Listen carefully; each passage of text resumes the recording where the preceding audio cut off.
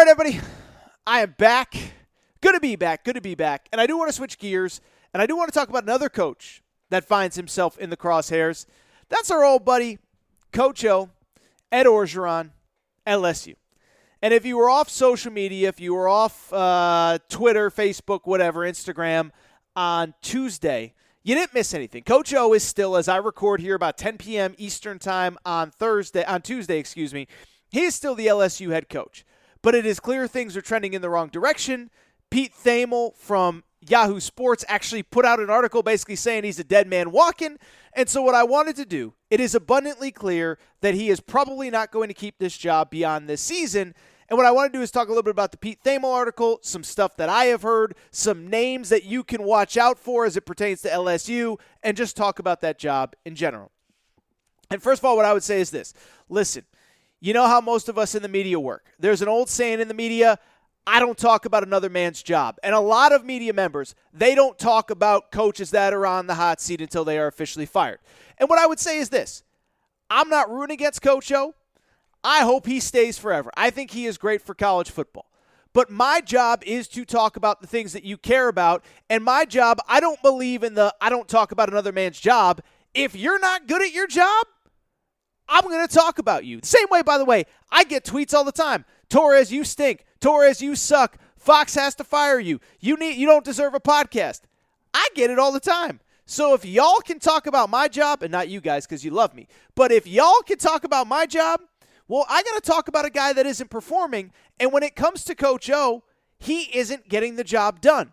And the concern with Coach O, there are certain teams that are struggling right now that you kind of just sit there and say, okay, if this gets fixed, they will be fine. If that gets fixed, everything will be okay. Here is the problem with LSU and Coach O right now. First of all, I said it on Monday's show, 8-7 since they won the national championship, 5-5 last year, 3-2 this year, losing to teams that they're not supposed to. Mississippi State last year, UCLA this year, Auburn at home this year, first loss to Auburn in Baton Rouge since 1999. So that's part of the problem. The second thing is that there is no way to fix what their ails are, okay? LSU has, as I said on Monday, maybe the single biggest problem of any Power 5 team that I've seen. They cannot run the football. Everything else is okay. They're not elite in a lot of categories, but they are good enough in a lot of categories, but they cannot run the football. As I record here going into week 6, we have a 5-week sample size. They rank 128th out of 130 teams in rushing yards per game. The only two teams that are worse, Mississippi State, who doesn't even try to run the football, and Bowling Green. And so when you are about halfway through the season and there is one thing that you can definitively not do, it ain't getting fixed over the course of this season. And beyond that, here is what would concern me if I was an LSU fan and why I feel like it's okay to talk about the future of LSU football without Coach O. It is because they just got through what was supposed to be the easy part of their schedule. First 5 games for LSU at UCLA, McNeese State, Central Michigan, at Mississippi State, Auburn at home. Had not lost to Auburn at home since 1999. UCLA, as it turns out, is really not that good. That was the stretch that you were supposed to get through in a worst-case scenario at 4-1 overall, if not 5-0. Instead, you are 3-2. You're 3-2, and here's the catch. You are now going into the tough part of your schedule. It'd be one thing if you had Alabama and Florida and Ole Miss in the first 3 weeks of the season. You can understand being 3-2 at this point in the year. They just got through the easy part of their schedule. Here are their next 5 games. This coming Saturday at Kentucky. Florida at home. At Ole Miss, the second to last weekend of October. Bye week at Alabama, and then they play Arkansas. Let me repeat that again. At Kentucky this weekend, Florida at home, at Ole Miss, at Alabama, Arkansas. Do you notice one thing about that schedule? The next 5 opponents that LSU has are all currently ranked in the top 25.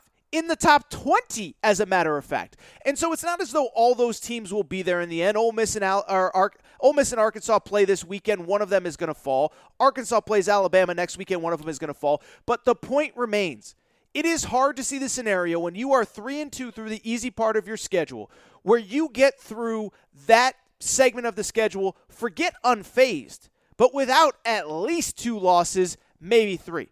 And if you go 2-3 over that stretch, which it looks like is a kind of best case scenario, that sets up for a 7-5 season this year. Even if you get through with a 3-2 mark, that sets up for an 8-4 season. And I don't know if 8-4 is going to keep Coach O's job. Now, maybe it will. Maybe it will. But I feel like 9-3 has to be the answer. The only way that I know that Coach O is going to keep his job, because keep in mind, they're 3-2 right now. So 9-3 means that they would be 6-1 in their final 7 games, only lost presumably to Alabama. Then you could justify bringing Coach O back. The problem is we have seen nothing to make us think that Coach O and LSU are going to get through that stretch 6-1, even 5-2. And so if you go 4-3, now we're talking about 7-5, and that is not going to get the job done at LSU. And so that is why Pete Thamel wrote his article today, and that is why I feel comfortable talking about it. Not because I'm rooting against Coach O, not because I want it to be fired, but we have to be realistic, and we have to start talking about what the future of LSU football is, because it does not appear as though it is going to be Coach O. By the way, you know the single biggest thing that is working against Coach O right now? It is that the AD that hired him, Joe Oliva, is no longer there. Joe Oliva was kind of run out in the middle of the Will Wade stuff. Whatever. You know what happened with Will Wade. Joe Oliva was run out. Scott Woodward replaced him. Scott Woodward not only did not hire Ed Orgeron, Coach O, Scott Woodward has a reputation in college sports, and now I'm taking you a little bit behind the curtain, as the single most fearless and aggressive AD in college sports. And that's important here. And I've talked about Scott Woodward on this podcast before, because he basically operates as though we all would if we were ADs, right? You know how, like, when your favorite team fires their coach because their coach stinks, and you put together that dream list of impossible candidates, and your school never goes after them? Like, imagine being a Tennessee fan. Let's just use Tennessee as hypothetical. Like 4 or 5 years ago, you get rid of X guy, Y guy, Z guy, and you hear the report that John Gruden might be interested. And every AD in America would just be like, I'm not even going to call John Gruden. He's not taking the job. Well, Scott Woodward is the guy that is all of us, and he goes after the most high-profile candidates he can. He throws money at them, and he basically does what we would all do if we were an AD. He throws money at the biggest candidates, he makes them say no, and then when they say no, he sends them more money, and then they end up committing to what he was doing. Okay? So first of all, Scott Woodward, here are some of the hires that Scott Woodward has had since he has been an AD. When he was at Washington, he was the guy that convinced Chris Peterson, the Boise State coach, to leave Boise State for Washington. Chris Peterson, for years, would not leave Boise State. We were all wondering, is he ever going to leave for a bigger job? He ultimately leaves Boise State for Washington. Scott Woodward was the guy that hires him. He then goes to Texas A&M. You know who his big hire was at Texas A&M? Goes and gets Jimbo Fisher. That's right, national championship winning coach. I have said it on this podcast before. I have some good contacts in Texas at Texas A&M, and all of them told me, we are going big name. We are going to throw money at the biggest name that we can get, and we're going to keep throwing money until they say no. At the time, it was Chris Peterson. At the time, it was James Franklin. At the time, it was Dabo Swinney. At the time, it was Jimbo Fisher. Scott Woodward got Jimbo Fisher to leave Florida State for Texas A&M. On top of that, he also got Buzz Williams from Virginia Tech off of a Sweet 16 to Texas A&M as the basketball coach there. And it's worth noting, when he got to LSU this summer, you know what he did? He went and got Kim Mulkey, the Baylor women's coach, to come to LSU and rebuild that program there. And so I bring it up because this guy is a big game hunter. He is fearless. He is not going to be content with 7-5, especially at his alma mater, LSU. And he is not going to keep Coach O around if he does not believe Coach O is the coach that can routinely have this program in the hunt for national championships. And so as we start to think about what a future post-Coach O could look like, and again, for the 1,000th time, I'm not rooting for it. but I live in reality. I can't play I don't talk about another man's job. If that man is not getting his job done and he is going to replace by somebody who might get the job done, I'm going to talk about those guys. And so here are the candidates, a couple names listed by Pete Thamel, and then from there I will list one other name that I have heard as well. The first name, drum roll please, it is Jimbo Fisher, Texas A&M. And I know what some of you are probably thinking, how could Jimbo Fisher, why would he leave Texas A&M in the conference for another conference, SEC West, from one school to the other? The first thing is, well, it's what I just said. The AD that hired Jimbo Fisher at Texas A&M, Scott Woodward, is now the AD at LSU. And so why would he leave? It's because the guy that hired him, the guy that believed in him, the guy that threw him a pile of cash at Texas A&M is now at LSU. Not to say that he has a bad relationship with the current AD, but we all know how it works. When somebody hires you, when somebody believes in you, when somebody you were their top choice, you're always going to at least take their phone call because they believed in you, maybe at a time when nobody else did, or at the very least, they believe in you and believe in your abilities. The other factor working for Jimbo Fisher, and some of you know this and some of you don't, and you'll be blown away when I tell you, he has no buyout, okay? And this is always the big thing with all of these college coaches. Well, we want to go get this guy, but his buyout is X amount of money. And we would have to pay that other school X amount of money before we can even get on the phone to get him to our school and then hire a staff and pay everything that comes with it. And so most of these coaches, you got to pay a $5-10 million buyout to get him out of his pre-existing contract. Then you get him in, you got to pay him $30, $40, $50 million over 6-7 years, and then you got to pay for a staff, and it becomes too much. Jimbo Fisher does not have a buyout, okay? Jimbo Fisher, shout out to Jimmy Sexton, his agent, power broker in college athletics. Jimmy Sexton, this is a Jimmy Sexton special. For his most high-profile candidates, Jimmy Sexton does not get buyouts for them. Essentially, Texas A&M said, you want to come here? We're going to give you everything you need to win so you never want to leave. And that includes the $9 million salary that Jimbo Fisher is making. That also includes, by the way, all the resources, all the facilities, all the whatever. But if Jimbo Fisher decides tomorrow that he wants to leave Texas A&M and he wants to go coach at Little Sisters of the Poor, he will owe Texas A&M $0 to get out of his contract. And so that's why Jimbo Fisher is probably still the number one candidate. Now, the thing working against Jimbo Fisher and Scott Woodward right now, Texas A&M isn't very good. Now, they could obviously turn things around. They could still, they're 3-2 right now like LSU. They could go 9-3, and if they do, people will still love Jimbo Fisher. And by the way, the fan base loves Jimbo Fisher at Texas A&M, so it's not to say that they don't love him. But, one, Texas A&M could just start having success again, and then he's probably out of the picture. But then two, on top of that, I think the opposite could be true too. Texas A&M very well might be the worst team in the SEC West. It sounds crazy, except here's the thing. Already lost to Mississippi State, which was picked to finish 7th in this division in the preseason. They lost to them at home, lost to Arkansas, and no disrespect to Arkansas, they are not the best team in this division. A&M still hasn't played Alabama, still hasn't played Ole Miss, still hasn't played Auburn. Those all feel like losses. Maybe they beat LSU at some point. But the bottom line is, if Jimbo Fisher goes 7-5 and finishes 6th in the SEC West, can you really bring him in as the head coach? I think the answer is no, especially when you're going to have to pay him as much money as you will to get him to be the head coach. He makes $9 million at Texas A&M. You'd think you'd have to at least match that, if not surpass that, and that has nothing to do with Coach O's salary. Second name that Pete Thamel brought up, another name that we have all heard. This is the name that I've probably heard the most with LSU. Don't laugh. It's Lane Kiffin. And the thought process is really simple. Lane Kiffin's putting up 60 points per game at Ole Miss. Imagine what he could do with the talent that LSU accumulates on a year-in, year-out basis. Now, there's a couple things I'm not sold that LSU is the right fit for him, although I would say with Lane Kiffin, I talked about it last week.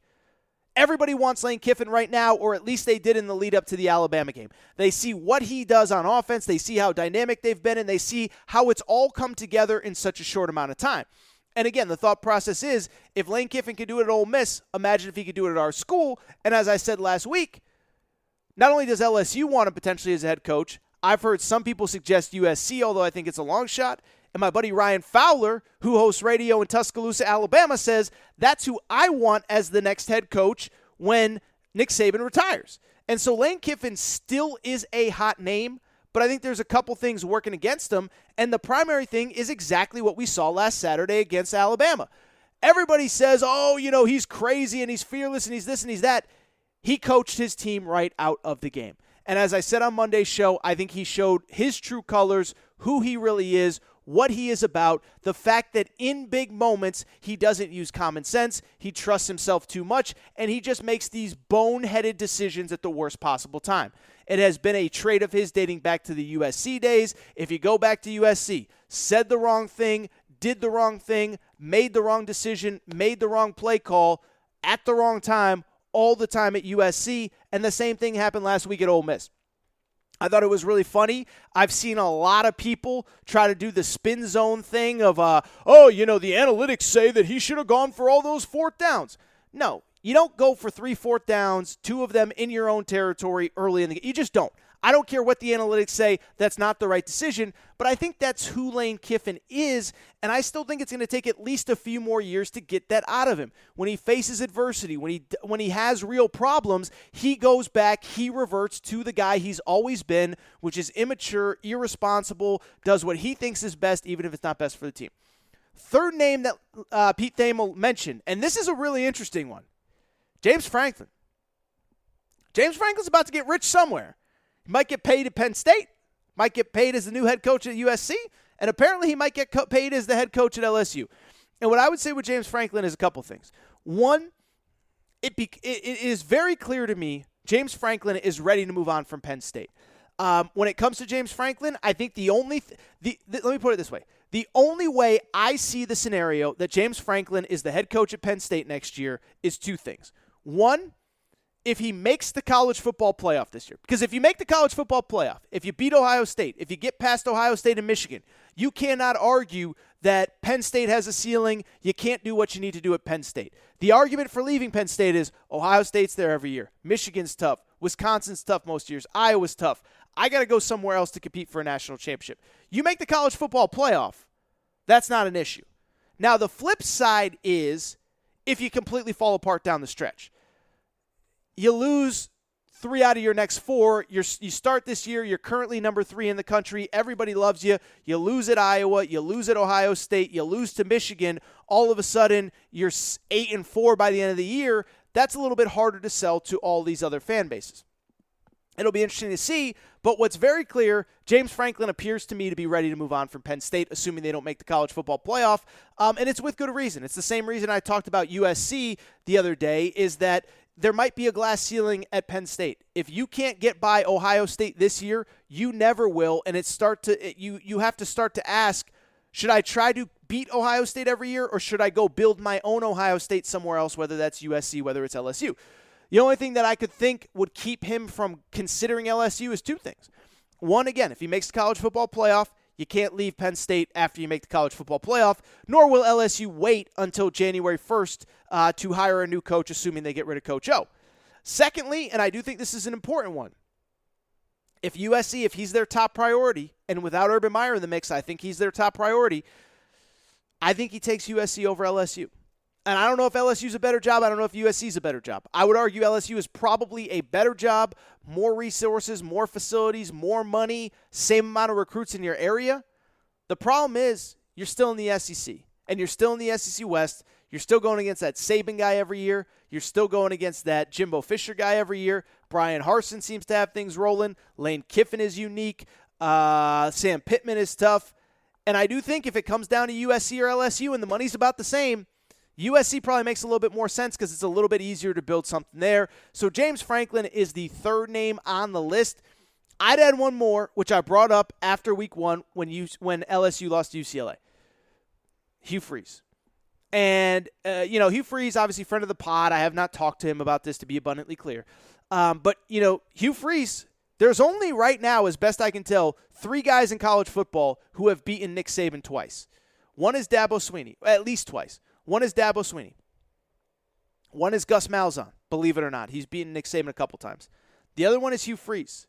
And the argument from LSU fans is give Hugh Freeze the kind of talent that LSU has. If he did it with Ole Miss, He can do it at LSU. He is the one guy that can compete. I think I told this story, but following the UCLA game, I got a call from somebody that was at the Rose Bowl, LSU guy, that was like, Hugh Freeze is the only answer.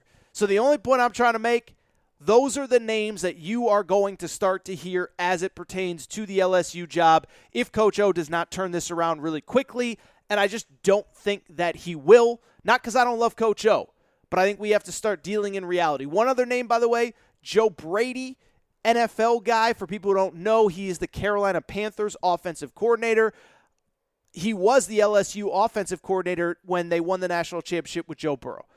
I've been told by people, I've read, Pete Thamel referenced it, a source kind of texted me this today. He's not really into the college thing. He's not really into the recruiting thing. He's not really into going to a 17-year-old kid's house and explaining why they need to come to his school. I think LSU has to make the call. He was the offensive coordinator for a national championship team, but I do think that Joe Brady probably off the table as the next LSU head coach. I'm telling you, those are the 4 names to keep an eye on. Jimbo Fisher, Lane Kiffin, James Franklin. I think Hugh Freeze is in the mix as well.